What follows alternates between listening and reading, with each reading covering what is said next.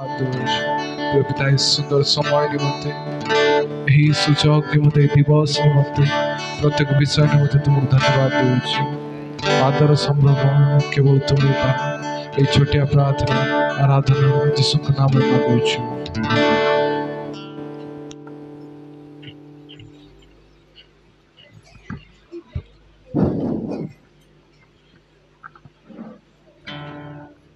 Hallelujah hallelujah hallelujah प्रभु नाम धन्यवाद हो जेहेतु आज आम माने द्वितीय रात्र रे बा द्वितीय संध्या रे उपस्थित होइछु।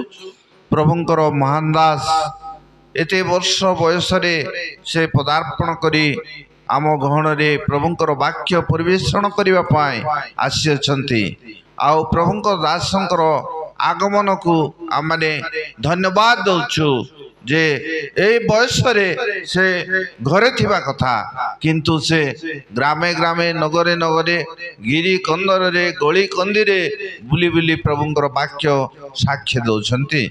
तेणु विशेष करी आमे प्रभु धन्यवाद देवा जेहेतु एते बड़ो समय एते बड़ो विषय को से भ्रुक्षेप न करी आज से आछंती आम गण रे।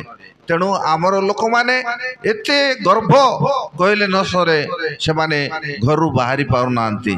तेणु से माने आसिले धन्यवाद न आसिले मध्य धन्यवाद जेहेतु प्रभुंकर वाक्य रे लेखा जाय अछि जहार कर्ण अछि से सुनु जहार कर्ण अछि से सुनु। तेणु प्रभु आमान को सृष्टि आरंभ रु दुईटी कर्ण देइछंती तांकर पवित्र वाक्य सुनिबा पाए आमे तांकर पवित्र वाक्य सुनी आमान को जीवन रे कार्यकारी करिबा आउ आमे ख्रीष्टीय जीवन रूपे परिचालित हेबा आमे जगतर लोक मान सदृश न होई जगतर अनुरूपी न होई आमे प्रकृत ख्रीष्टंकर संतान है बंचिबा। तेणु प्रिय भाई भौणी माने आज आमे जदि कोनसी गुटे नाटक देखिबा गले केते लोक होइतांती मात्र विनाशर पथ असार। हालेलुया हालेलुया हालेलुया विनाशर पथ असार आउ जोटा कि स्वर्ग रे नेबो ता संकीर्ण।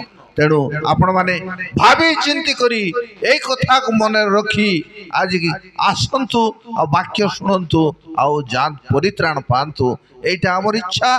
आज अल्प लोक बोली आमे मीटिंग न करिबु बोली हमर इच्छा नाही 5 लोक हेले मध्य 10 लोक हेले मध्य आमे मीटिंग करिबु आउ ए मीटिंग 3 दिन हेबो बोली मु गत राते कहिथिली आउ से 3 दिन पूर्ण हेले आमे आउ करिबु नाही। तेणु आज प्रभुंकर दास मान गण रे आसंती तेणु तांकर वाक्य को आमे सुनिबा सुनिबा आउ डॉक्टर थॉमस मैथ्यू कहिथिले मीटिंग मध्य रे मीटिंग होतिबो उठा बसा हेवार नाही यीशु का नाम से पीछा बंद हो जाओ बोली कि से धमक दउथिले। तेणु आज मीटिंग चली समय रे कौन सी लोक उठा बसा हेबे नाई। हालेलुया। तेणु आसु आमे प्रभुंक दास को करताल देकी स्वागत करू।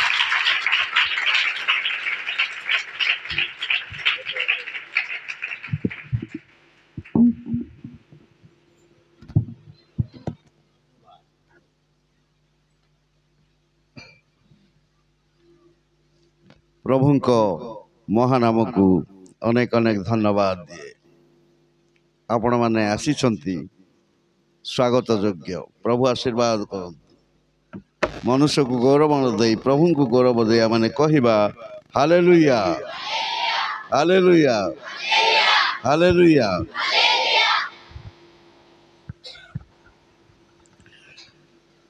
प्रभु को दास कहूथिले जहार कर्ण अच्छी से सुनु। प्रभु गोटे कर्ण देना दीटा कर्ण दे दीटा कान कहीं भल भाव शुणा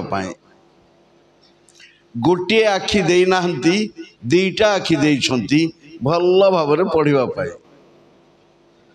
गोटे आखिरे भल पढ़ा हेनी गोटे कान भल शुणा जीव ना। तेणु प्रभु जानी शुणी दीटा आखि ଦୁଇଟା କାନ ଦେଇଛନ୍ତି। ତାଙ୍କୁ ଧନ୍ୟବାଦ ଦେଇ କହିବା ହାଲେଲୁୟା। ଗତକାଲି ପ୍ରକାଶିତ ବାକ୍ୟରୁ ଆଲୋଚନା କରିଥିଲେ, ଆଜି ମଧ୍ୟ ଆଉ କିଛି କଥା ଆଲୋଚନା କରିବା। ଶେଷ କାଳରେ ପ୍ରକାଶିତ ବାକ୍ୟ ଅତି ଜରୁରୀ। ଆଉ ଆପଣ ଜାଣନ୍ତି ପ୍ରକାଶିତ ପୁସ୍ତକ ପବିତ୍ର ବାଇବଲର ଶେଷ ପୁସ୍ତକ। ଆଦି ପୁସ୍ତକ ପ୍ରଥମ ପୁସ୍ତକ, ପ୍ରକାଶିତ ବାକ୍ୟ ଶେଷ ପୁସ୍ତକ। ମୁଁ ଘଣ୍ଟାଏ କହିବି, ମୁଁ ବିଶ୍ୱାସ କରେ ସମସ୍ତେ ଧୈର୍ଯ୍ୟର ସହିତ ଶୁଣିବେ। ଆଉ ମୋର ଗୋଟିଏ ଘଣ୍ଟା ବଡ଼ ବଡ଼ ବକ୍ତାମାନଙ୍କୁ କେତେ ଘଣ୍ଟା ହେବ ବୋଲି କହିଥିଲି କାଲି? ଅଳ୍ପ ସମୟରେ ବେଶୀ କଥା ସଂଗ୍ରହ କରିପାରିବେ। ଯେଉଁମାନଙ୍କର ବାଇବଲ ଜ୍ଞାନ ଅଛି ବହୁତ ଭଲ ଲାଗିବ, ବାଇବଲ ଜ୍ଞାନ ନଥିଲେ ଭଲ ଲାଗିନପାରେ। ସବୁବେଳେ ମୁଁ ପରାମର୍ଶ କରିଥାଏ ବାଇବେଲ ପଢ଼ିବା ପାଇଁ। ମୁଁ ଜାଣିବାକୁ ଚାହେଁ କେତେ ଜଣ ନିଜ ନିଜର ବାଇବଲ ନେଇ ଆସିଛନ୍ତି।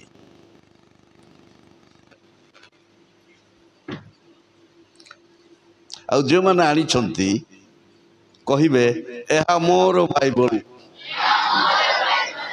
ଏହା ମୋତେ ସ୍ୱର୍ଗକୁ ନେବ। ଧନ୍ୟବାଦ। ମୋର ବାଇବଲର ଅର୍ଥ ଘରେ ଗୋଟେ ବାଇବଲ ଥିବ, 5 ଜଣ ଥିବେ, ସେଇଟା ମୋର ବାଇବଲ ନୁହେଁ। 2 ଭଉଣୀ ପାଇଁ 2ଟା ଡ୍ରେସ୍ ଦରକାର। ବଡ଼ଦିନ ଖ୍ରୀଷ୍ଟମାସ ଆସିଲା ବେଳେ 2 ଭଉଣୀ ପାଇଁ 2ଟା ଡ୍ରେସ୍।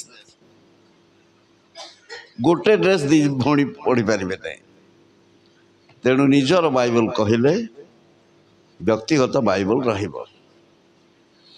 ଆଉ ଯେଉଁମାନଙ୍କର ନିଜର ବାଇବଲ ନାହିଁ ସଂଗ୍ରହ କରନ୍ତୁ, ପାଷ୍ଟର ବାବୁଙ୍କୁ କହିଲେ ଯୋଗାଇ ଦେବେ। ନିଜର ବାଇବଲ ସବୁବେଳେ ବ୍ୟବହାର କରିବେ। ମୋର ଏଇଟା ଗୋଟେ ଚିରା ବାଇବଲ, ମାତ୍ର ଏଇ ଚିରା ବାଇବଲ ବ୍ୟବହାର କରୁଛି।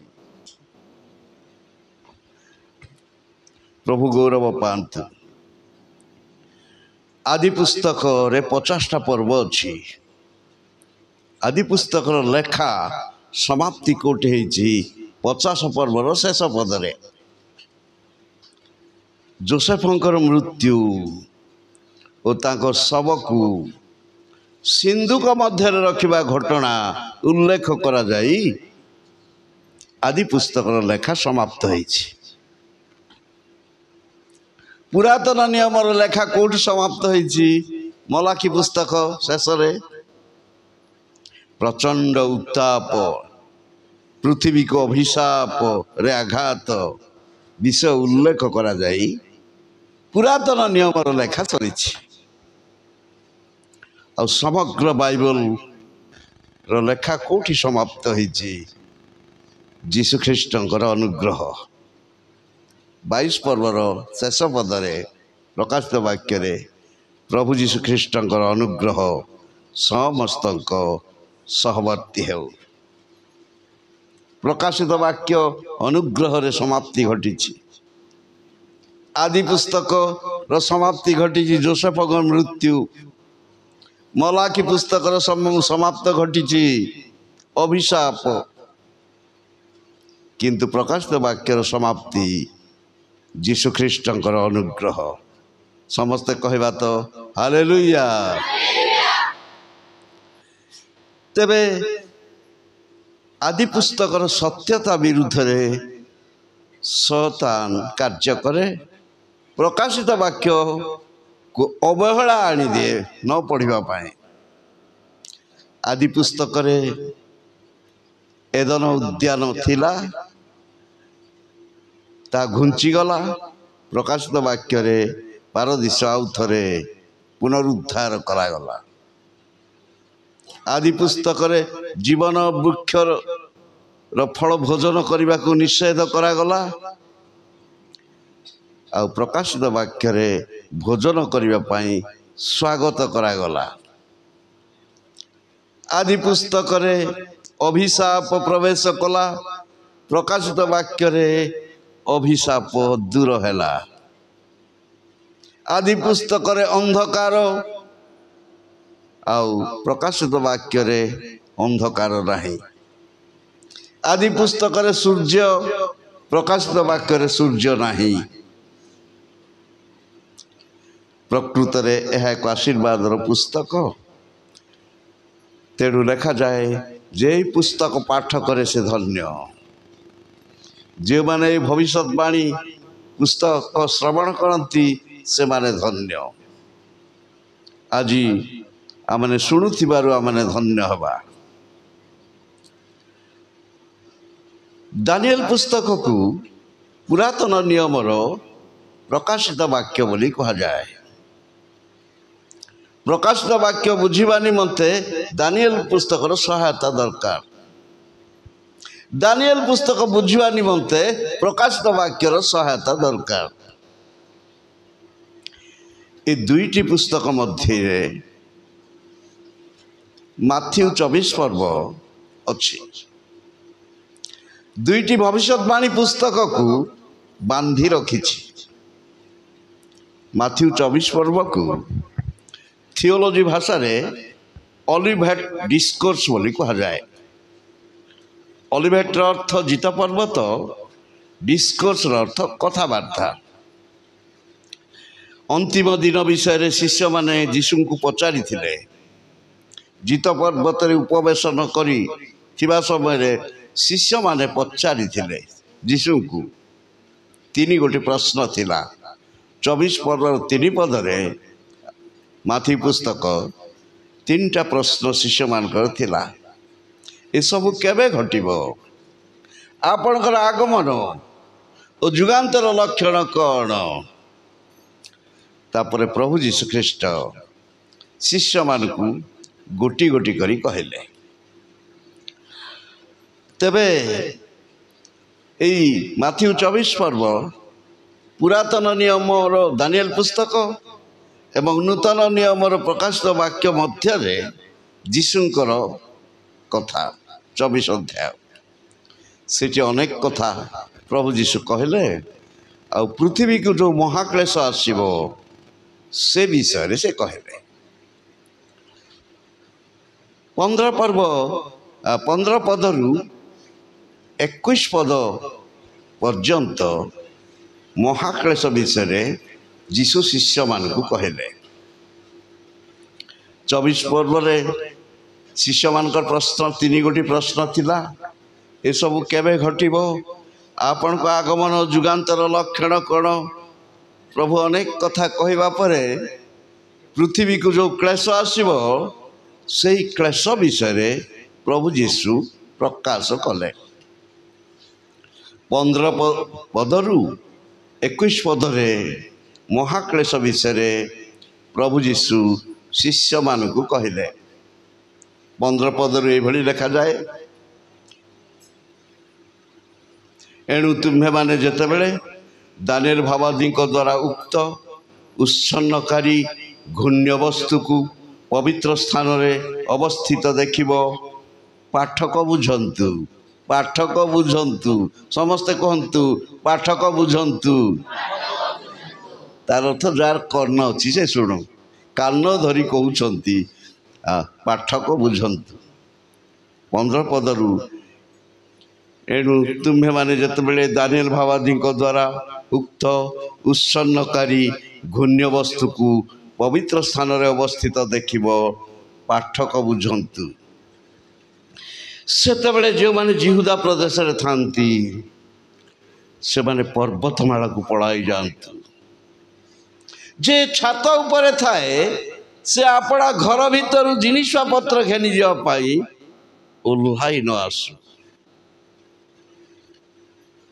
ଯେ କ୍ଷେତରେ ଥାଏ ସେ ଆପଣା ଚାଦର ଘେନି ଯିବା ନିମନ୍ତେ ନେଉଟି ନ ଯାଉ। ସେହି ସମୟରେ ଯେଉଁମାନେ ଗର୍ଭବତୀ ଓ ସ୍ତନ୍ୟଦାତ୍ରୀ ହାୟ ସେମାନେ କ୍ଲେଶର ପାତ୍ର। କିନ୍ତୁ ତୁମମାନଙ୍କର ପଳାୟନ ଯେପରି ଶୀତ କାଳରେ କିମ୍ବା ବିଶ୍ରାମରେ ନ ଘଟେ ଏଥିପାଇଁ ପ୍ରାର୍ଥନା କର। ତାପରେ 21 ପଦରେ ସେ କହିଲେ, କାରଣ ସେତେବେଳେ ଏପରି ମହାକ୍ଲେଶ ଘଟିବ ଯେ ଜଗତର ଆରମ୍ଭରୁ ଆଜି ପର୍ଯ୍ୟନ୍ତ ଘଟି ନାହିଁ, ପୁଣି କେବେ ହେଁ ଘଟିବ ନାହିଁ। 15-21 ପଦରେ ମହାକ୍ଲେଶ ବିଷୟରେ ପ୍ରଭୁ ଯୀଶୁଖ୍ରୀଷ୍ଟ ଶିଷ୍ୟମାନଙ୍କ ଆଗରେ ପ୍ରକାଶ କରିଥିଲେ। ସେତେବେଳେ ଏପରି ମହାକ୍ଲେଶ ଘଟିବ ଯେ ଜଗତର ଆରମ୍ଭରୁ ଆଜି ପର୍ଯ୍ୟନ୍ତ ଘଟି ନାହିଁ, ପୁଣି କେବେ ଘଟିବ ନାହିଁ। ତେବେ ଦାନିଏଲ ପୁସ୍ତକକୁ ଯଦି ଯିବା 12 ପର୍ବର ପ୍ରଥମ ପଦରେ ଜଗତର ସ୍ଥିତି ଆରମ୍ଭରୁ ଏପରି ସଙ୍କଟ କାଳ କେବେ ଘଟିନଥିଲା, ତାହା ଘଟିବ। ସେଇ କଥାକୁ ଯୀଶୁଖ୍ରୀଷ୍ଟ ପୁନରାବୃତ୍ତି କରି କହୁଛନ୍ତି। ଜଗତର ଆରମ୍ଭରୁ କେବେ ଘଟି ନାହିଁ, ଘଟି ନଥିଲା, ଏ ପ୍ରକାର ମହାକ୍ଲେଶର ଦିନ ଘଟିବ। ଯୀଶୁଖ୍ରୀଷ୍ଟ ଏ କଥା କହିଲେ। ଆମେ ଜାଣି ରଖୁ ଯେ ଏ ପୃଥିବୀକୁ ଯେଉଁ କ୍ଲେଶର ସମୟ ଆସୁଛି, କ୍ଲେଶ ଏବଂ ମହାକ୍ଲେଶ, ଟ୍ରିବ୍ୟୁଲେସନ୍ ଆଣ୍ଡ ଗ୍ରେଟ୍ ଟ୍ରିବ୍ୟୁଲେସନ୍, ଇସ୍ରାଏଲ ଲୋକମାନଙ୍କୁ ପୁଣି ଜେରୁସାଲେମକୁ କେନ୍ଦ୍ର କରି ହେବ। ଯଦି ବା ଅନ୍ୟମାନେ ଥିବେ, ମୁଖ୍ୟତଃ ଏମାନଙ୍କ ନିମନ୍ତେ ତାହା ଉଦ୍ଦିଷ୍ଟ। ସେମାନଙ୍କୁ କେନ୍ଦ୍ର କରି ଏହି କ୍ଲେଶର ଦିନ ଆସିବ। କାହିଁକି ନା ଦାନିଏଲ ଭବିଷ୍ୟତ ବକ୍ତା ପ୍ରକାଶ କରିଥିଲେ 9 ପର୍ବର 24 ପଦରେ,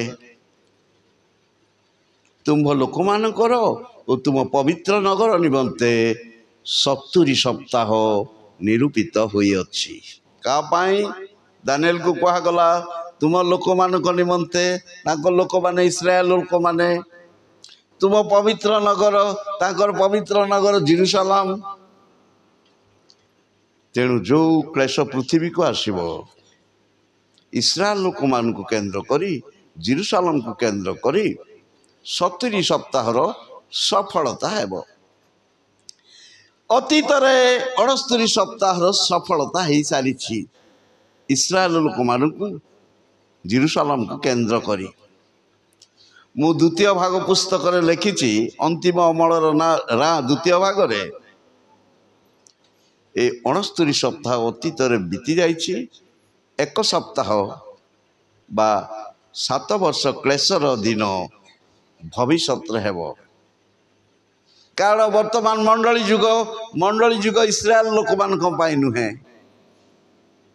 ମଣ୍ଡଳୀର ଉର୍ଦ୍ଧ୍ୱଗମନ ଯେତେବେଳେ ହେବ, ରେପ୍ଚର ହେବ, ତାପରେ ଆଉ 7 ବର୍ଷ କ୍ଲେଶର ସମୟ ପୃଥିବୀକୁ ଆସିବ। କାହିଁକି ଦାନିଏଲକୁ କୁହାଯାଇଥିଲା, ତୁମ ଲୋକମାନଙ୍କ ନିମନ୍ତେ ଓ ତୁମ ପବିତ୍ର ନଗର ନିମନ୍ତେ 70 ସପ୍ତାହ ନିରୂପିତ ହୋଇଅଛି। ଅତୀତରେ 69 ସପ୍ତାହ ଇସ୍ରାଏଲ ଲୋକମାନଙ୍କୁ କେନ୍ଦ୍ର କରି, ଜେରୁସାଲେମକୁ କେନ୍ଦ୍ର କରି ସଫଳ ହୋଇଛି।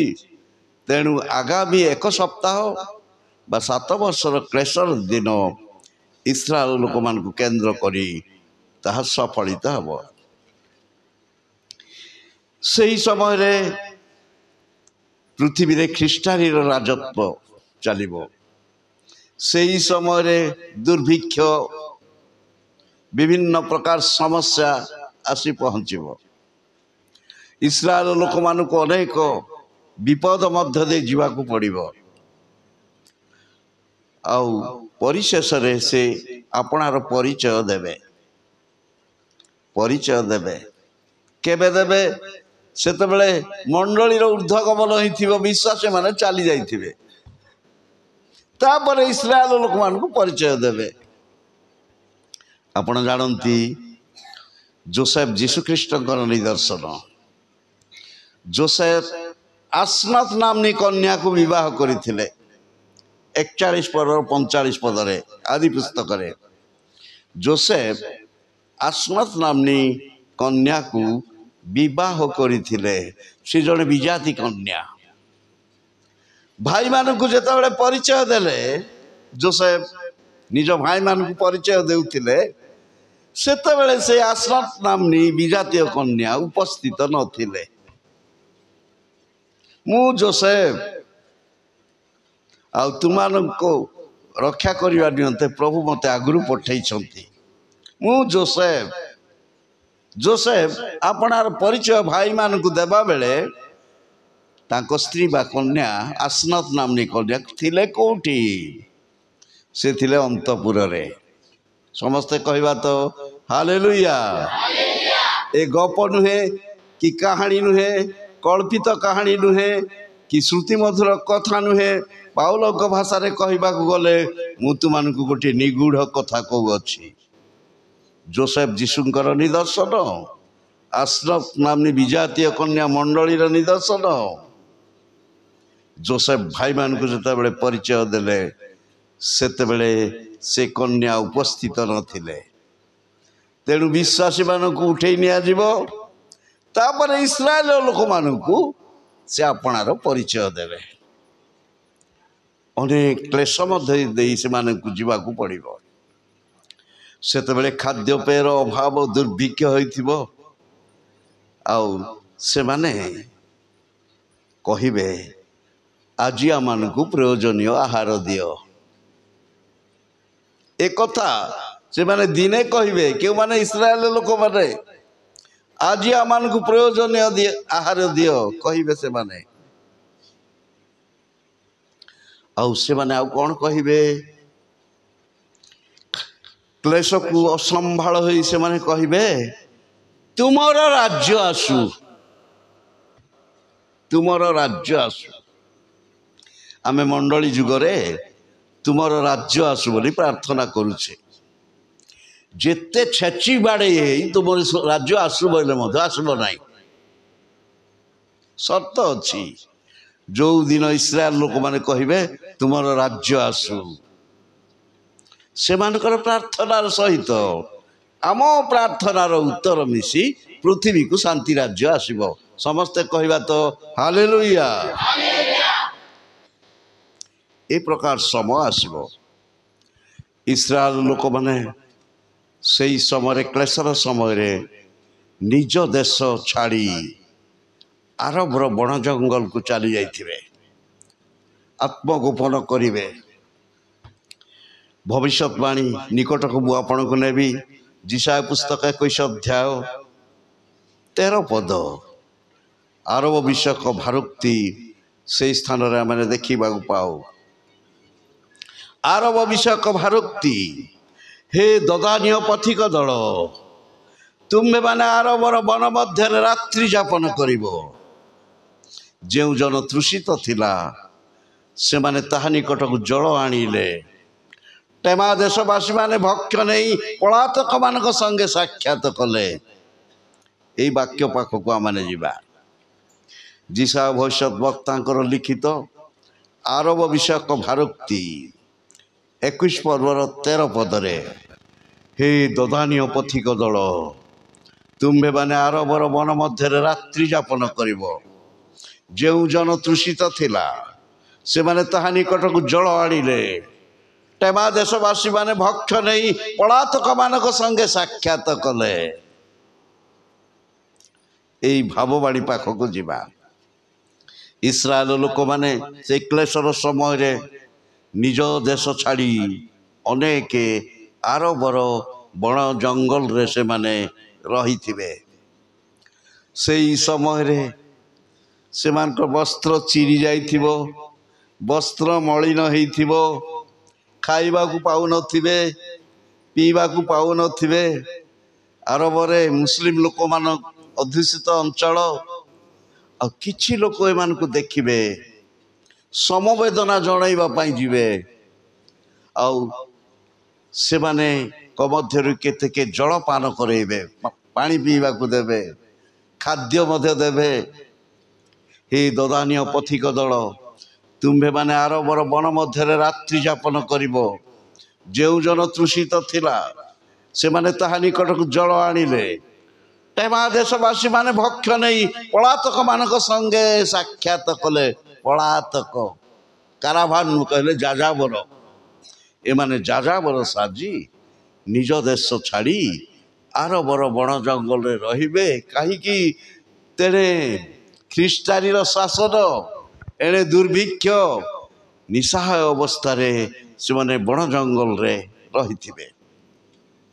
ସେତେବେଳେ କେତେକ ସୁହୃଦୟ ବ୍ୟକ୍ତିମାନେ ଜଳପାନ କରେଇବେ, ଖାଦ୍ୟ ଦେବେ, ଆଉ ସେମାନେ ଆଶୀର୍ବାଦ ପାଇବେ।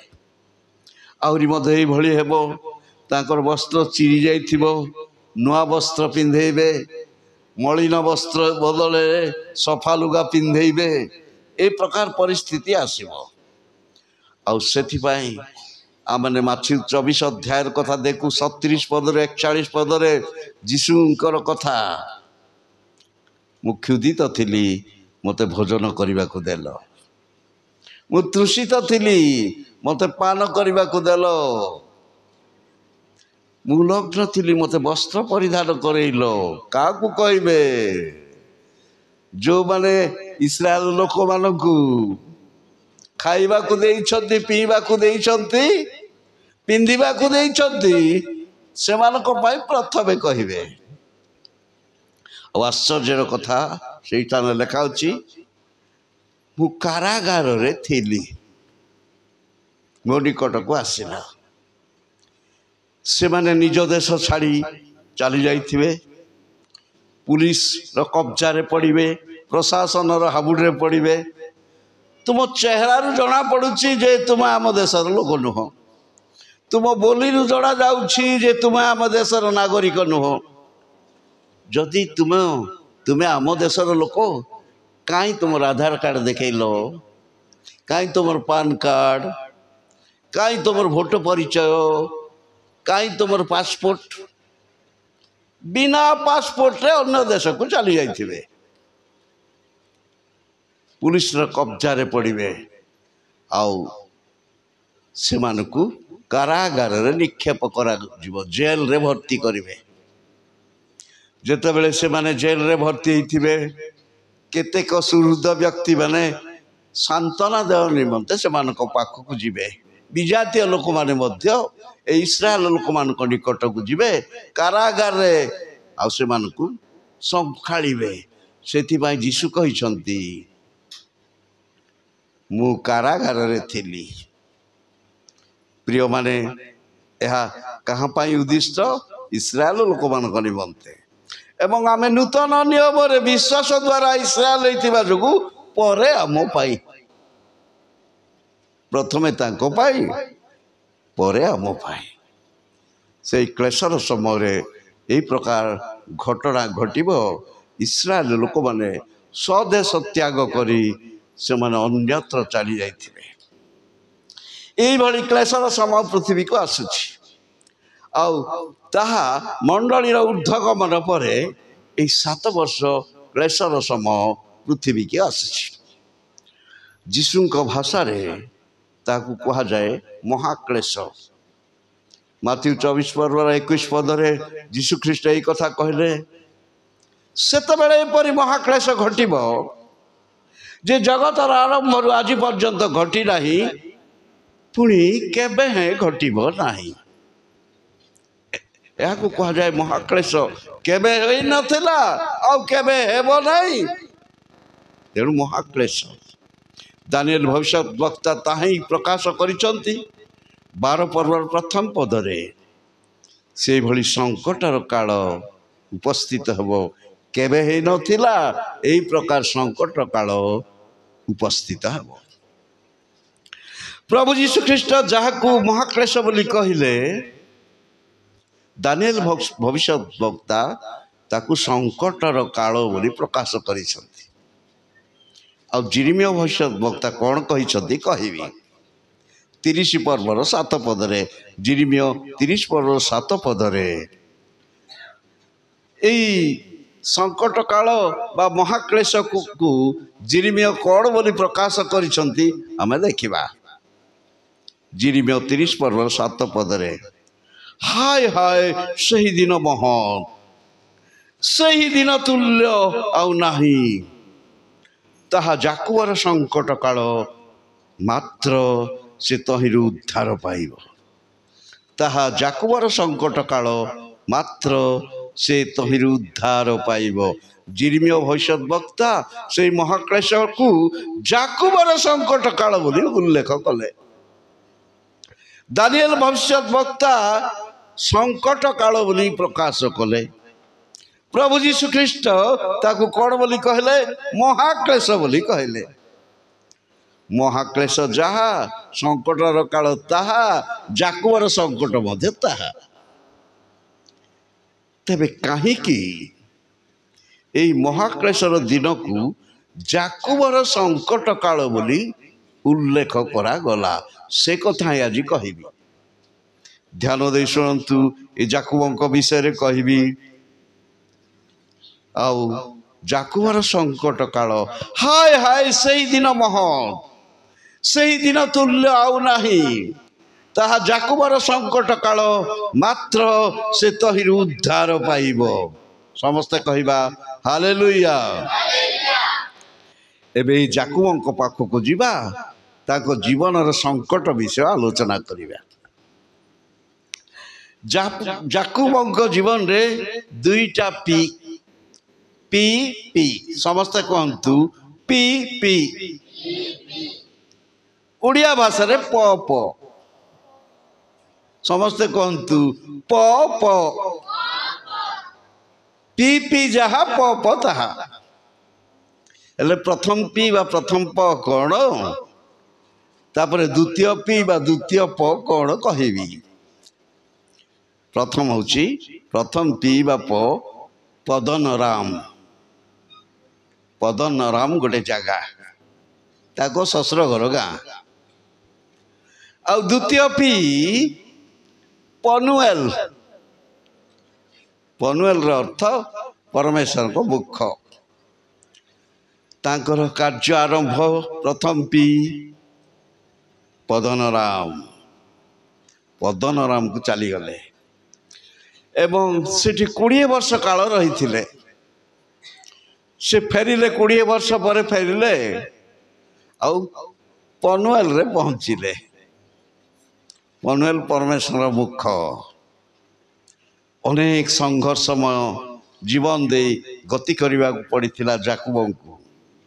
ଆରମ୍ଭ ପଦନରାମ ଏବଂ ପନୁଏଲରେ ପହଞ୍ଚିବାକୁ ହେଲେ ବହୁତ ଦୁଃଖ, କଷ୍ଟ, କ୍ଲେଶ ପରିପୂର୍ଣ୍ଣ ସଂଘର୍ଷ ଜୀବନ ଦେଇ ସେ ପନୁଏଲ ପରମେଶ୍ୱର ମୁଖକୁ ଦର୍ଶନ କଲେ। ତେବେ ଆମେ ପରମେଶ୍ୱରଙ୍କ ମୁଖ ଦର୍ଶନ କରିବାକୁ ହେଲେ ଅନେକ ଦୁଃଖ, କ୍ଲେଶ, ସଙ୍କଟ, ସଂଘର୍ଷମୟ ଜୀବନ ଦେଇ ହିଁ ଯିବାକୁ ପଡ଼ିବ ପରମେଶ୍ୱରଙ୍କ ମୁଖ। ପାଉଲ ପ୍ରକାଶ କରନ୍ତି, ସାଧୁ ପାଉଲ ପ୍ରଥମ କରନ୍ତୀୟ 13 ପର୍ବ 12 ପଦରେ, ବର୍ତ୍ତମାନ ଆମେ ବାକ୍ୟ ରୂପ ଦର୍ପଣ ସାହାଯ୍ୟରେ ଆଂଶିକ ଭାବେ ଦେଖୁଛୁ, ଆଉ ସେତେବେଳେ ମୁଖାମୁଖି ହୋଇ ଦର୍ଶନ କରିବା। ହାଲେଲୁୟା। ସେତେବେଳେ ପରମେଶ୍ୱରଙ୍କ ମୁଖକୁ ଦର୍ଶନ କରିବେ। ସଂଘର୍ଷମୟ ଜୀବନ ଦେଇ ଗଲେ ପରମେଶ୍ୱରଙ୍କ ମୁଖକୁ ଦେଖିବେ।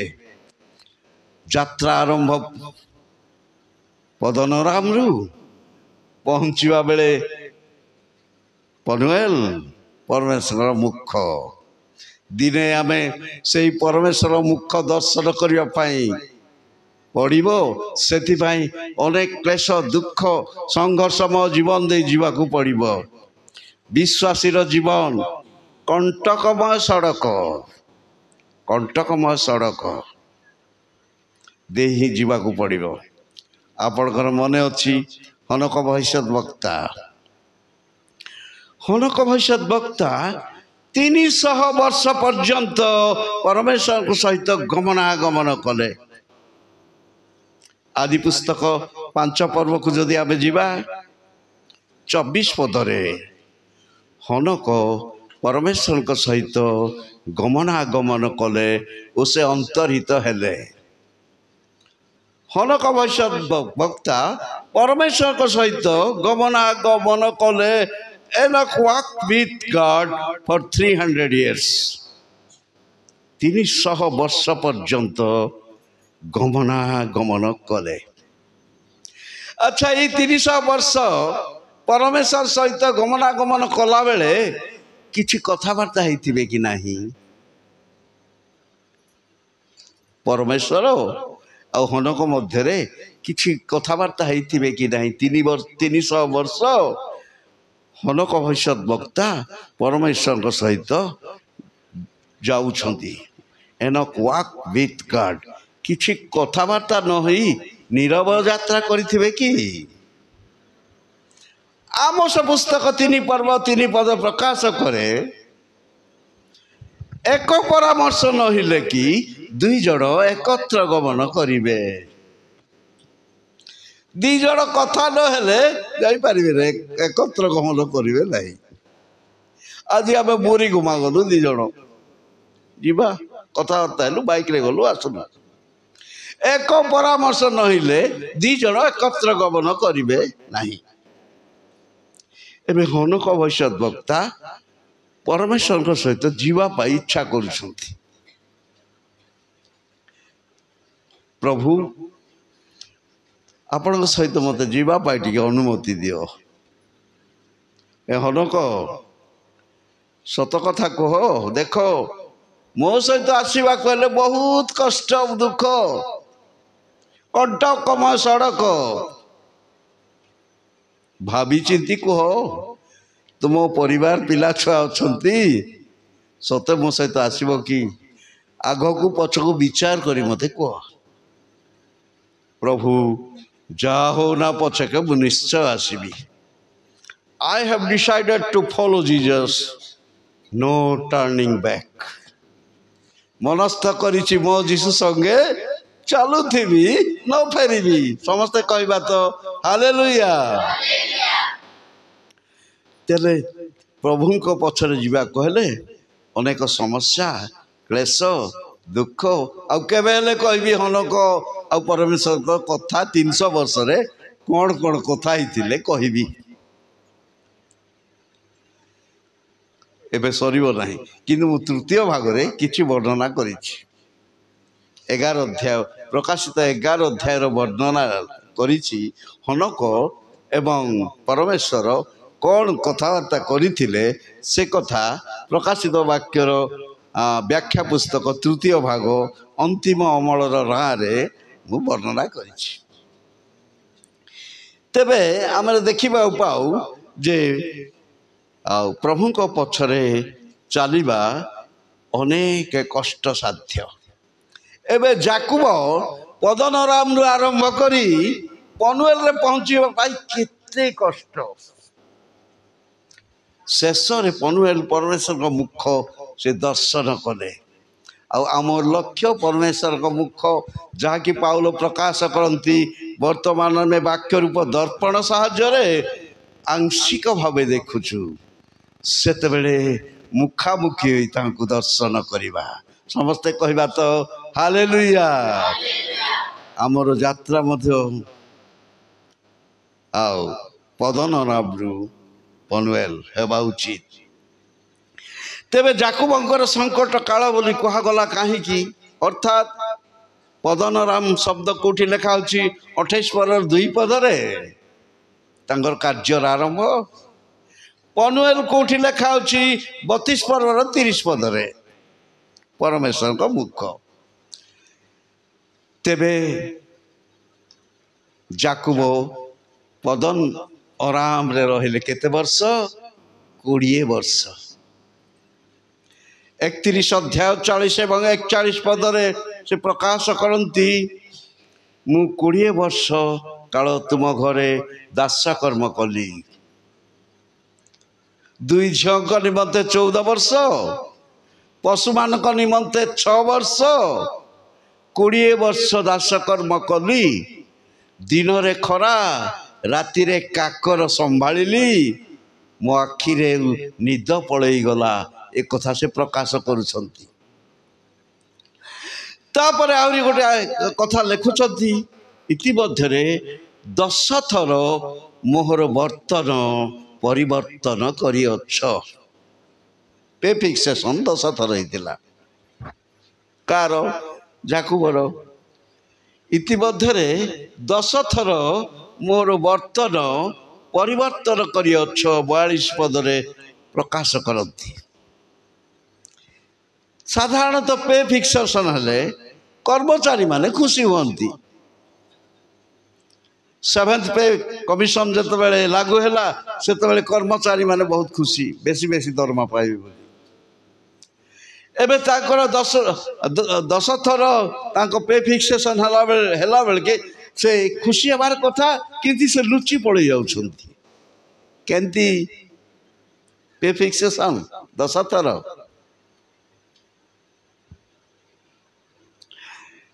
अनेक थरे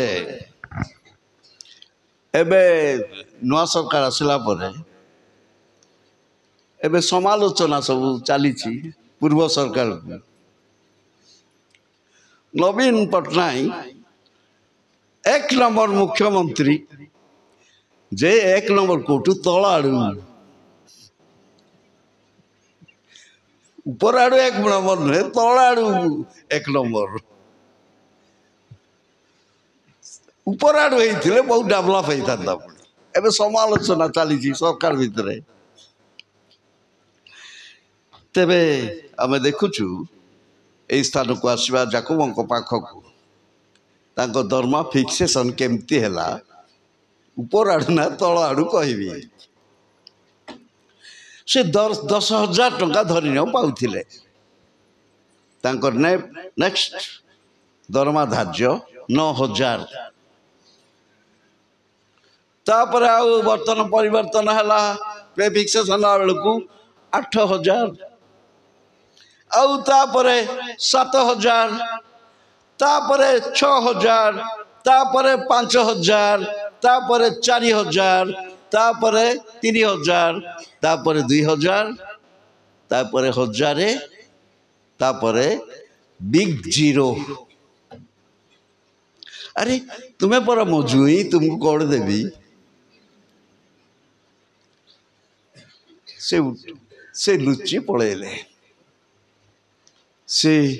पड़ेले पदनराम छाड़ी से राताराति लुचि पड़ेले ताकर दरमा ए प्रकार फिक्सेशन होइछि से 20 वर्ष काल दास कर्म कले 2 झीक निमंते 14 वर्ष पशु मान निमंते 6 वर्ष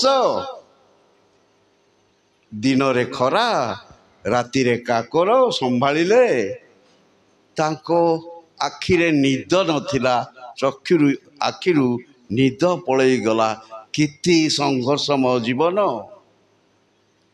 अब आम देखा पाऊ तांकर दरमा धार्य बोधे एमती जीरो को आसी पहुँचला केते समस्या तेनु तेणु जाकुबर संकट काल बोली पवित्र आत्मा उल्लेख करती हाय हाय से ही दिन महत ताहा तुल्य दिन आउ नाही ताहा जाकुबर संकट काल मात्र से तमिल उद्धार पाइब समस्ते कहबा तो हालेलुया मात्र से उद्धार पाइब अर्थात जाकुब उद्धार पाइब तेबे पदनराम रे थिला बेले तांकर एही प्रकार अवस्था संघर्षमय जीवन आमे देखिछु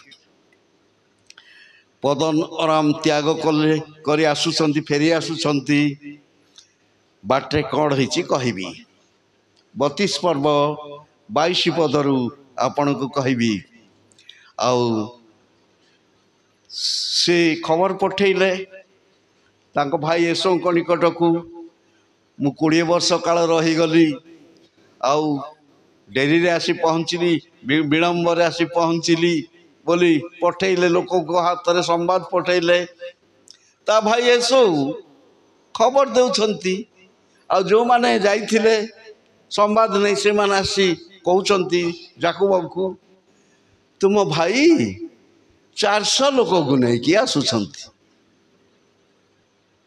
आज आउ मोर प्राण नथिबो से भावुछंती किंतु ताको भेटिबा पाई एते वर्ष पर मोर सान भाई आसले बोली देखा करबा पाई एसो आसुछंती 400 लोक को नहीं आसुछंती बोली ए खबरिया माने कहले कौन करबी आज निश्चित मो पाई विपद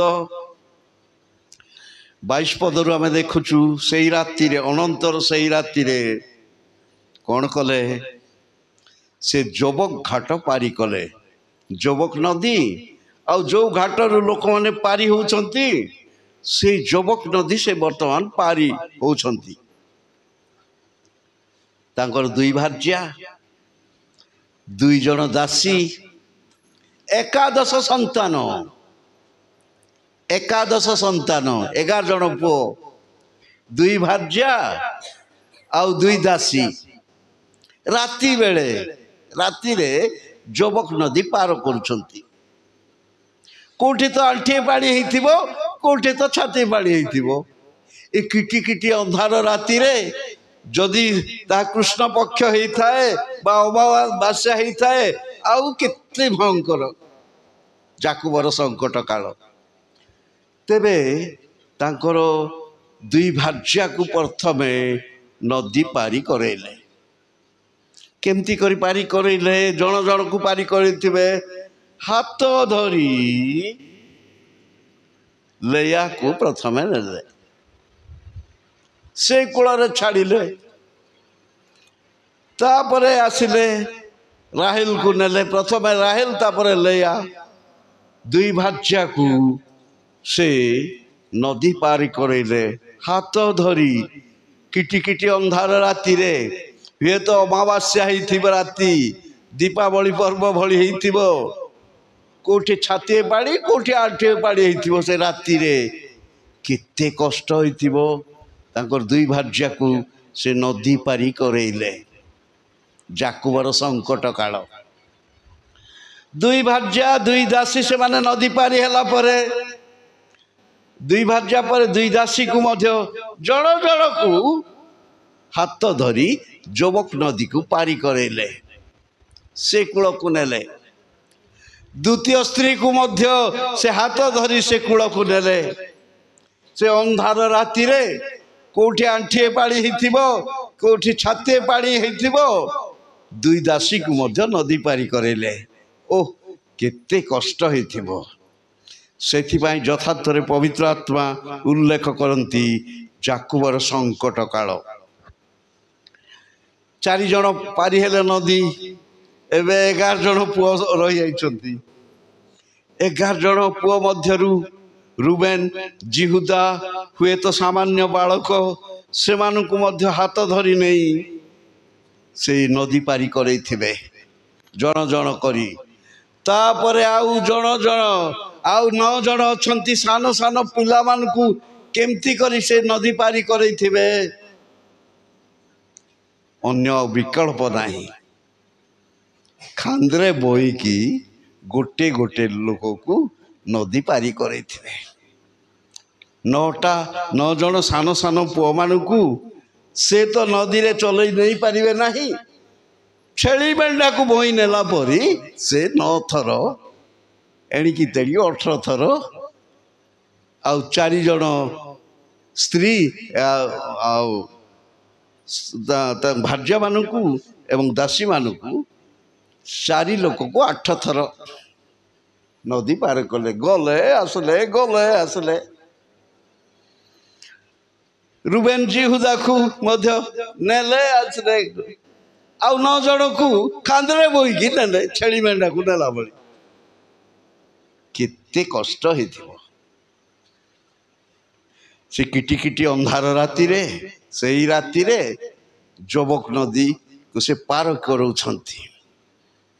ସେଥିପାଇଁ ଲେଖାଯାଏ, ହାୟ ହାୟ ସେଇ ଦିନ ମହତ୍, ତାହା ତୁଲ୍ୟ ଦିନ ଆଉ ନାହିଁ। ତାହା ଯାକୁବର ସଙ୍କଟ କାଳ, ମାତ୍ର ସେ ତହିଁରୁ ଉଦ୍ଧାର ପାଇବ। ତାକୁ ଯୀଶୁଖ୍ରୀଷ୍ଟ ମହାକ୍ଲେଶ ବୋଲି କହିବା ବେଳେ ଯିରିମିୟ ଭବିଷ୍ୟତ ବକ୍ତା ଯାକୁବର ସଙ୍କଟ କାଳ ବୋଲି ପ୍ରକାଶ କରିଛନ୍ତି। ଦାନିଏଲ ଭବିଷ୍ୟତ ବକ୍ତା ସେ ସଙ୍କଟର କାଳ ବୋଲି ପ୍ରକାଶ କରିଛନ୍ତି। ମହାକ୍ଲେଶ ଯାହା, ଯାକୁବର ସଙ୍କଟ କାଳ ତାହା, ସଙ୍କଟ କାଳ ମଧ୍ୟ ତାହା। ଇସ୍ରାଏଲ ଲୋକମାନଙ୍କୁ କେନ୍ଦ୍ର କରି ଏହି ସଙ୍କଟ କାଳ ଉପସ୍ଥିତ ହେବ। କାରଣ ଦାନିଏଲକୁ କୁହାଯାଇଥିଲା, ତୁମ ଲୋକମାନଙ୍କ ନିମନ୍ତେ ଓ ତୁମ ପବିତ୍ର ନଗର ନିମନ୍ତେ 70 ସପ୍ତାହ ନିରୂପିତ ହେଇଛି। ଆମମାନେ ଜାଣି ରଖୁ, ଏହି ସଙ୍କଟ କାଳ ମହାକ୍ଲେଶ ଆସିବା ପୂର୍ବରୁ ପ୍ରଭୁ ଆପଣା ଲୋକମାନଙ୍କୁ ଉଠେଇ ନେଇ ଯାଇଥିବେ। तापर इस्राएल लोक मान को परिचय देवे से जोसेफ आपण भाई मान को परिचय देवा बेले से विजाति कन्या नथिला मंडली विजातीय माने इस्राएल रहती जेते बेले मनोनीत लोक माने भोजी रे जोग दे पारले ना निमंत्रणित लोक माने अयोग्य हेले बाहर थिबा लोक मान को सुजोग मिलिला सेथिपाई पाउलो ए निगूढ़ तत्व विषय रोमियो 11 पर्वर 25 पदरे प्रकाश करिसंती ए निगूढ़ तत्व विषय तुमे माने यज्ञ थाओ यह मोर इच्छा नुहे जे पर्यंत विजातीय मानक काल पूर्ण न हुए एथिपाई अंशक्रमे इस्राएल लोक मानकु कठिन करिसंती सेथिपाई इस्राएल लोक माने ए पर्यंत जीशु ख्रीष्ट को ग्रहण करू नाहांती मंडलीर ऊर्ध्वगमन विश्वासी मान को उठे नहीं गला परे से माने जीशु को ग्रहण करिवे आ प्रभु जीशु इस्राएल लोक मान को आपणार परिचय देवे जे भली जोसेफ भाई मान को परिचय देइथिले समस्ते कहवा हालेलुया ए गप की कहानी नुहे कि श्रुति मधुर कथा नुहे पाउल भाषा रे कहवा गले मु तुम मान को गोटे निगूढ़ कथा कहूँगी ए कथा मत सत्य चक्षु जहाँ देखी नाही कर्ण जहाँ शुणी नाही हृदय रे जहाँ जात होई नाही ए समस्त गुप्त विषय ईश्वर आपड़ा प्रेमकारी मानक आगे प्रकाश करने प्रतिज्ञा देइछंती सेही प्रतिज्ञार विश्वस्त प्रभु को गौरव दे आमने कहवा तो हालेलुया द्वितीय विवरण 29 पदरे गुप्त विषय सबु सदा प्रभुकर अधिकार प्रकाशित विषय सबु जुगानुक्रमे तुम मानकर और तुम मान संतान गणर अधिकार गुप्त विषय कार अधिकार गुप्त विषय कार अधिकार सदा प्रभुकर अधिकार प्रकाशित विषय सबू आमानकर अधिकार जुगानुक्रमे समस्ते कहतु जुगानुक्रमे जुगानुक्रमर अर्थ 100 वर्ष तले जोटा आम पूर्वपुरुष जानी नथिले एबे आमे जानिबा एबे जोटा आमे जानिले आ 50 वर्ष पर भविष्य पीढ़ी जानिबे तेणु जुगानुक्रमे सत्यता प्रकाशित हुए गुप्त विषय सदा प्रभुकर अधिकार और प्रकाशित विषय जुगानुक्रमे प्रकाशित होता है मु गोटे दृष्टांत देवी द्वितीय राजावली 18 पर्व 4 पदर कथा सेते बेले हिजकिया राजा थिले हिजकिया राजा राजत्व करुथिले मूसा निर्मित पितल सर्प आसेरा मूर्ति मूसा निर्मित पितल सर्प को से खंड खंड करी भांगी फोपाड़ी देले के हिजकिया राजा से पर्यंत इस्राएल संतान माने से तही उद्देश्य रे धूप जलाऊ थिले हिजकिया राजा आसी ताहाकु खंड खंड कर उत्पादन करने पूर्वर इस्राएल लोक माने धूप जलाऊ थिले आसेरा मूर्ति मूसा निर्मित पितल सर्प को इस्राएल लोक माने धूप जलाऊ थिले से पर्यंत अच्छा मो प्रश्न उत्तर दियो से पर्यंत जदि धूप जलाऊ थिले सदा प्रभुकर मनर मत व्यक्ति दाऊद समय धूप जलई थे कि नहीं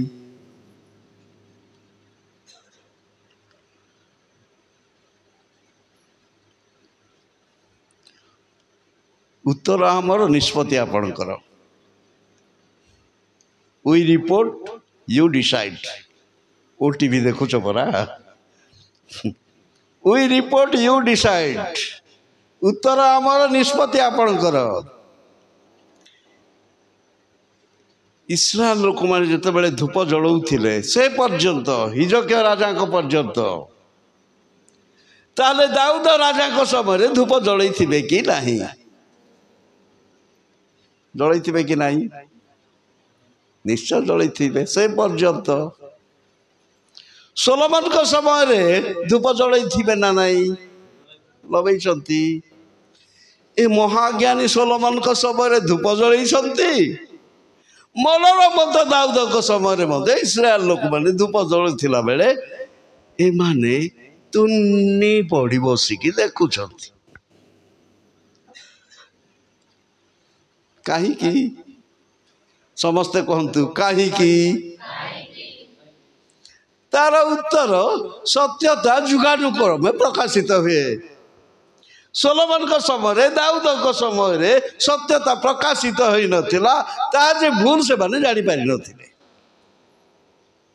हिजकिया राजा जड़े छोट राजा साधारण राजा हेले मध्य ताको आगरे सत्यता प्रकाशित हैला एहा भूल बोली जानिले तेणु आशेरा मूर्ति मूसा को निर्मित पीतल सर्प को खंड खंड करी फोपाड़ी देले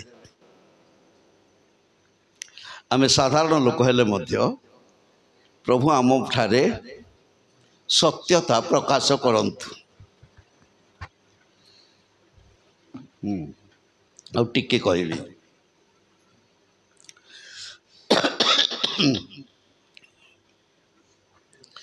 अनेक समय रे आमे प्रार्थना करि थाउ विशेष करी आम पेंटिकस्ट लोक मैंने बेसी करती प्रार्थना शेष बेलू नाजरीतीय जीशु को नाम रे मागु अच्छु बोली आमेन करती कहि शुण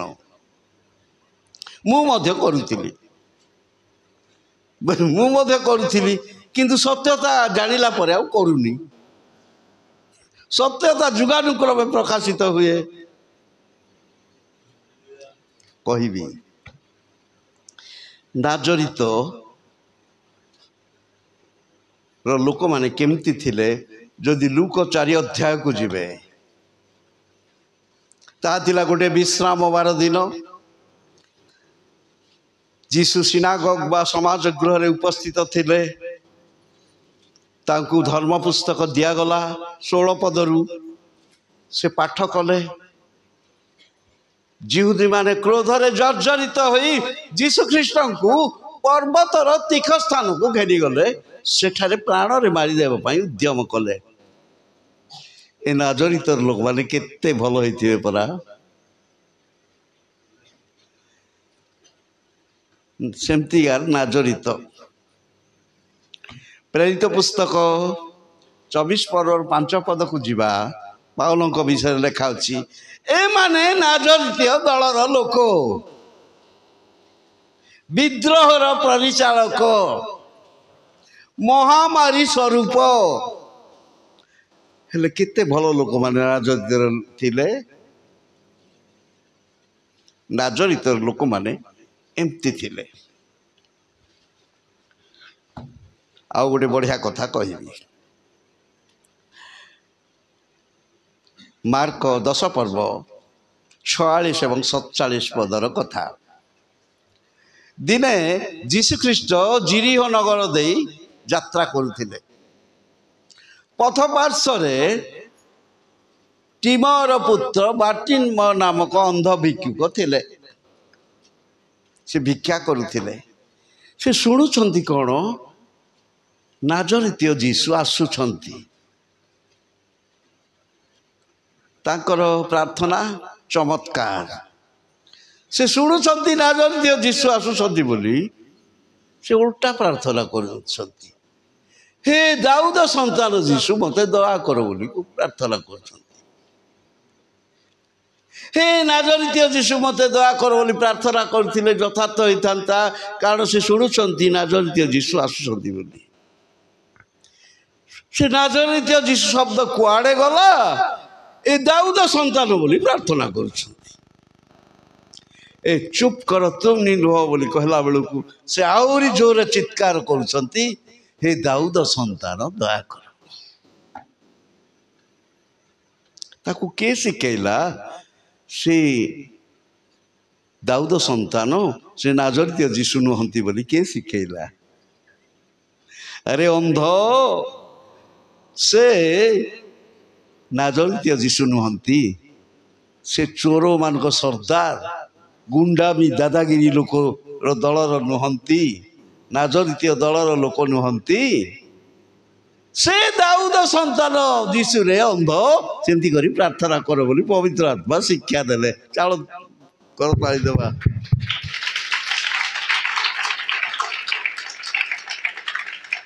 तेणु अनेक समय रे सत्यता प्रकाशित होता है हे तो आपण भावुथिबे बड़ बड़ इंटरनेशनल स्पीकर माने मध्य नाजरित जीशु नाम रे प्रार्थना करती आमे करले कौन असुविधा आमे हिजोग्य राजा परी सान लोक मध्य सत्यता जानिबा दाऊद सोलोमन को परी मध्य सत्यता न जानी नीरव रहिबा नहीं हेले जीशु ख्रीष्ट को स्वीकार कले नाजरित जीशु न कही दाऊद संतान जीशु बोली प्रकाश कले बाइबल रे बहुत सुंदर सुंदर टाइटल उपाधि सब अच्छी जीशु को संबोधन करी प्रार्थना करने पाए जीवंत ईश्वर को पुत्र ताहांको नाम आश्चर्य मंत्री पराक्रांत परमेश्वर अनंतकालीन पिता शांति राजा से धर्मरूप सूर्य आरोग्यदायक किरण जदि परम गीत भीतर को जीवा सारणर गोलाप 10,000 मध्य प्रधान को टाइटल को बाछी ताकू संबोधन देवे गोटे कुत्सित शब्द को व्यवहार करेंगे नाजरित जीशु बोली बड़ बड़ वक्ता माने करी कहीं कहबी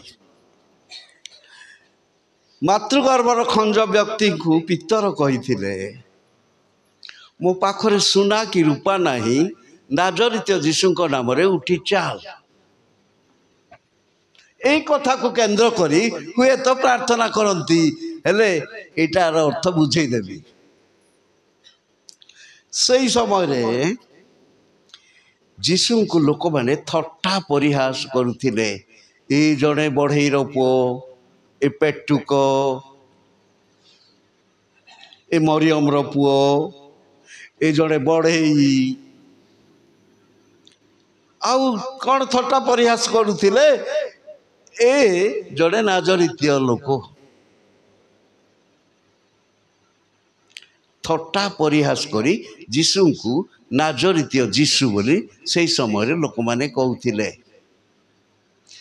तेणु से कथा को हटई देवा निमंते जीशु कौन कले तुम्हें जहा को बढ़ई पुओ मरियम पुओ नाजरित जीशु बोली थट्टा परिहास करुच से नाजरित जीशु नाम रे उठी चाल कर ताली जंतु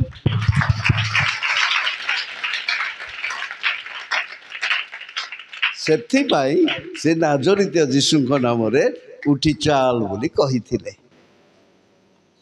किंतु ये नाजरित शब्द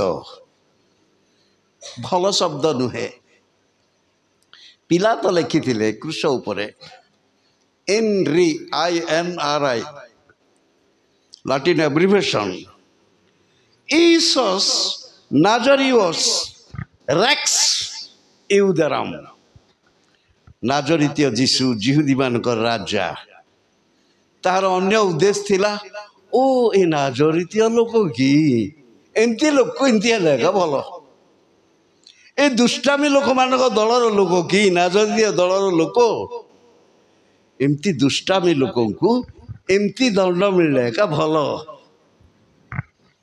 तार अन्य उद्देश्य थिला गोटे कथा मन रखू ଯୀଶୁଙ୍କର କଥା 8 पर्व କେତେ 42 ନା କ'ଣ ଜୋନ୍ରେ ତୁମେମାନେ ସତ୍ୟ ଜ୍ଞାତ ହେବ ସେହି ସତ୍ୟ ତୁମମାନଙ୍କୁ ମୁକ୍ତ କରିବ। ଆଜି ନାଜରୀୟ ବିଷୟର ସତ୍ୟତା ଜାଣିଲେ ଯଦି ଆଗରୁ କରୁଛନ୍ତି କ୍ଷମଣୀୟ। ଆଜିଠାରୁ ଯଦି ନାଜରୀୟ ଯୀଶୁଙ୍କ ନାମରେ ମାଗୁଛି ବୋଲି ପ୍ରାର୍ଥନା କରିବେ କ୍ଷମଣୀୟ ନୁହେଁ। ତୁମାନେ ସତ୍ୟ ଜ୍ଞାତ ହେବ ସେହି ସତ୍ୟ ତୁମମାନଙ୍କୁ ମୁକ୍ତ କରିବ। କରିବେ ବୋଲେ ଆଉ ମୁକ୍ତ ହେବ ନାହିଁ।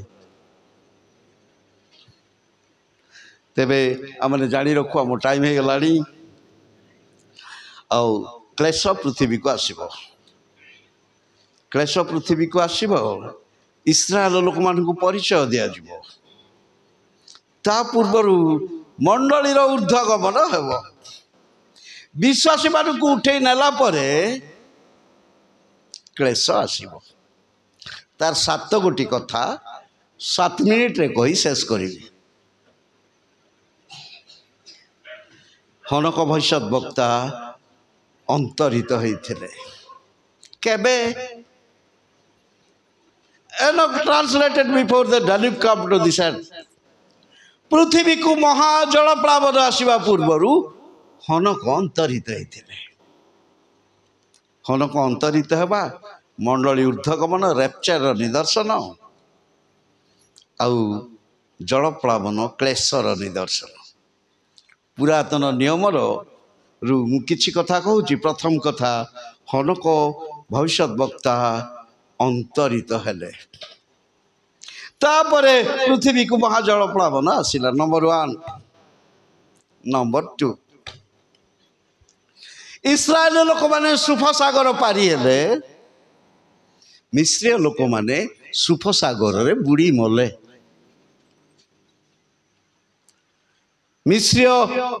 ଇସ୍ରାଏଲ ଲୋକମାନେ ସୁଫସାଗର ପାରି ହେଲେ ରେପ୍ଚରର ନିଦର୍ଶନ ଆଉ ମିଶ୍ରୀୟ ମାନେ ସାଗରରେ ବୁଡ଼ିବା କ୍ଲେଶର ନିଦର୍ଶନ। ଧ୍ୟାନ ଦେଇ ଶୁଣନ୍ତୁ। ଅକୁରିୟମ ଜାଣିଛନ୍ତି ପରା? ଅକୁରିୟମ ଜାଣିଛ ପରା? ଅକୁରିୟମ ମାନେ କାଚ ବକ୍ସରେ ମାଛ ସବୁ ରଖିଥାନ୍ତି ଘରର ସୌନ୍ଦର୍ଯ୍ୟ ପାଇଁ। ତାକୁ ଅକୁରିୟମ ବୋଲି କୁହାଯାଏ। ସର୍ବପ୍ରଥମେ ନ୍ୟାଚୁରାଲ ଅକୁରିୟମ ସୁଫସାଗରରେ ହେଇଥିଲା। 5 କିଲୋମିଟର ଏପଟେ 5 କିଲୋମିଟର ଏପଟେ 5 କିଲୋମିଟର ସୁଫସାଗରରେ ରାସ୍ତା ହେଇଗଲା। ଇସ୍ରାଏଲ ଲୋକମାନେ ସୁଫସାଗରରେ ବେଶ ଆରାମରେ ହାଇୱେରେ ଗଲା ଭଳି ଚାଲିଲେ। ସମସ୍ତେ କହିବା ହାଲେଲୁୟା। ପ୍ରାକୃତିକ ଅକୁରିୟମ 2ଟା ହେଇଛି। ଏ ପାଣି ଭିତରୁ କୁମ୍ଭୀର ତିମି ମାଛ ଦେଖୁଛନ୍ତି। ତାଙ୍କୁ ଖାଇଲେ ହେବ ପରା। ଗଲାବେଳେ ଖାଇ ପାରୁନାହାନ୍ତି। ପାଚେରୀ ହେଇଯାଇଛି। ପାଣିର ପାଚେରୀ ଭେଦ କରିପାରୁନାହାନ୍ତି। ଆଉ ଯେତେବେଳେ ମାନେ ପାରି ହେଲେ ରିମୋଟ କଣ୍ଟ୍ରୋଲ ଯେତେବେଳେ ଚିପି ଦେଲେ ବନ୍ଦ ହେଇଗଲା। ଇସ୍ରାଏଲ ଲୋକମାନେ ସମୁଦ୍ର ଭିତରେ ପ୍ରବେଶ କଲା ପରେ ରିମୋଟ କଣ୍ଟ୍ରୋଲ ସେମାନେ ସମୁଦ୍ର ଗର୍ଭରେ ସେମାନେ ବିନଷ୍ଟ ହେଲେ। ସମସ୍ତେ କହିବା ହାଲେଲୁୟା। ସୁଫସାଗର ପାରି ହେବା ମଣ୍ଡଳୀ ଊର୍ଦ୍ଧ୍ୱଗମନ ବିଶ୍ୱାସୀ ମାନଙ୍କର ଊର୍ଦ୍ଧ୍ୱଗମନର ନିଦର୍ଶନ। ଆଉ ମିଶ୍ରୀୟ ମାନେ ସୁଫସାଗରରେ ବୁଡ଼ି ମଲେ କ୍ଲେଶର ନିଦର୍ଶନ। 2ଟା କହିଲି। ନମ୍ବର 3 ଯୋସେଫ ଯୀଶୁ ଖ୍ରୀଷ୍ଟଙ୍କର ନିଦର୍ଶନ। ଯୋସେଫଙ୍କର ବିବାହ ମେଷଶାବକଙ୍କ ବିବାହର ଛାୟା। ଯୋସେଫ କେବେ ବିବାହ କରିଥିଲେ? ମିଶର ଦେଶକୁ 7 ବର୍ଷ ଦୁର୍ଭିକ୍ଷ ଆସିବା ପୂର୍ବରୁ ଯୋସେଫଙ୍କର ବିବାହ। ପ୍ରଥମେ ବିବାହ ତାପରେ ମିଶର ଦେଶକୁ ଦୁର୍ଭିକ୍ଷ। এই 7 ବର୍ଷ ଦୁର୍ଭିକ୍ଷ 7 ବର୍ଷ କ୍ଲେଶର ନିଦର୍ଶନ। तेणु विश्वासी मान ऊर्ध्वगमन मेषशाबकर विवाह दिन प्रथमे तापर पृथ्वी को क्लेश तीनटा है। चतुर्थ विषय कहबी मूसा मध्य जीशु ख्रीष्टर निदर्शन। Moses is also a type of Jesus Christ. मूसांकर विवाह मेषशाबकर विवाह एक छाया। मूसा केबे विवाह करथिले मिस्र देश को दंड आसीबा पूर्वरु मूसा विवाह करथिले। प्रथम विवाह तापर दंड विवाह ताहा विश्वासी मान ऊर्ध्वांतर रैप्चर दंड क्लेशर निदर्शन। केतरा हला चारटा हला। पंचम विषय नोह एवं तांको परिवार 8 प्राणी जहाज रे सुरक्षित हेले।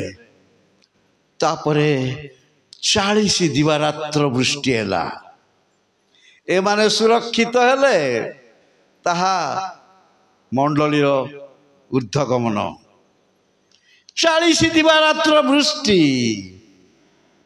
क्लेशर निदर्शन। षष्ठ विषय कहबी लोटों को सदम गमरारु बाहर कर दिया गला।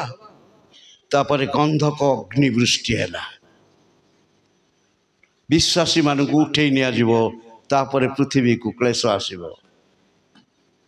लास्ट बट नॉट लीस्ट सप्तम विषय निजे स्वयं प्रभु जीशु ख्रीष्ट कही नोह समय जे प्रकार घटी थिला लोटों समय जे प्रकार घटी थिला मनुष्य पुत्रंकर आगमन समय सही प्रकार घटिब। यही 7 गोटी विषय मन रखिबा एवं विश्वासी मान को उठे नेला परे पृथ्वी को क्लेश आसीब। अनेक क्लेश देई जीवा को पड़िबा। यार अर्थ मंडली जुगरे विश्वासी मान क्लेश यह 7 वर्ष क्लेश को बुझाए नाही। मंडली जुगरे मध्य क्लेश अच्छी विश्वासी मान निमंते दुख अच्छी।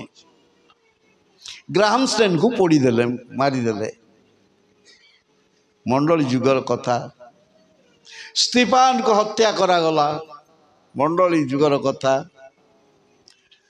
तेणु मंडली जुगरे जो क्लेश अच्छी ताहा आगामी 7 वर्षर क्लेश नुहे।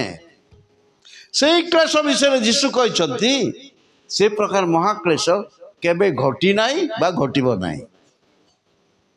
जीशु सेथि पाई कहले सेतबेले एपरि महाक्लेश घटिबो जे जगतर आरंभरू आज पर्यंत घटी नाही पुणी केबे हे घटिबो नाही।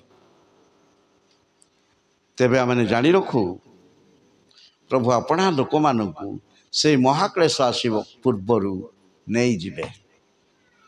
हेले आमे महाक्लेश को अपेक्षा करिबा ना मंडलीर ऊर्ध्वगमन पाए अपेक्षा करिबा।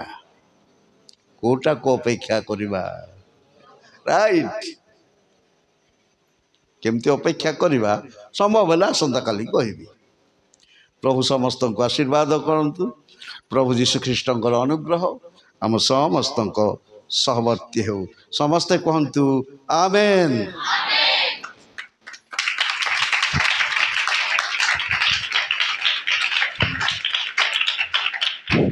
प्रभु नाम धन्यवाद हो। प्रभुंकर दास बहुत सुंदर सुंदर वाक्य परिवेषण कले। जिते लोक जार 2 कर्ण अच्छी शुणला परे हृदय भीतर रखे आ कार्य करे से धन्य। Hallelujah hallelujah. आस आम गोटे गीत गाइबा आ प्रभु उद्देश्य रे जार थिले दान करंतु नचेत नाही आसंता काली मध्य दे पारे। गोटे गीत गान करबा।